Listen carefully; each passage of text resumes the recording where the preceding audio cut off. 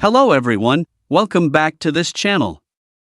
In this video, I will show you the easy and clear steps on how to change board name on Trello application.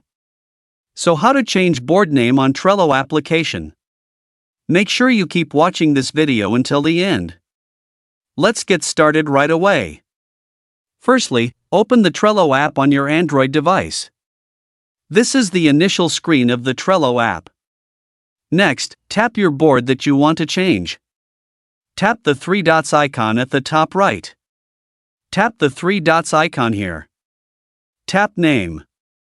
Retype to change it. So that's it, tutorial how to change board name on Trello application. Thank you for watching.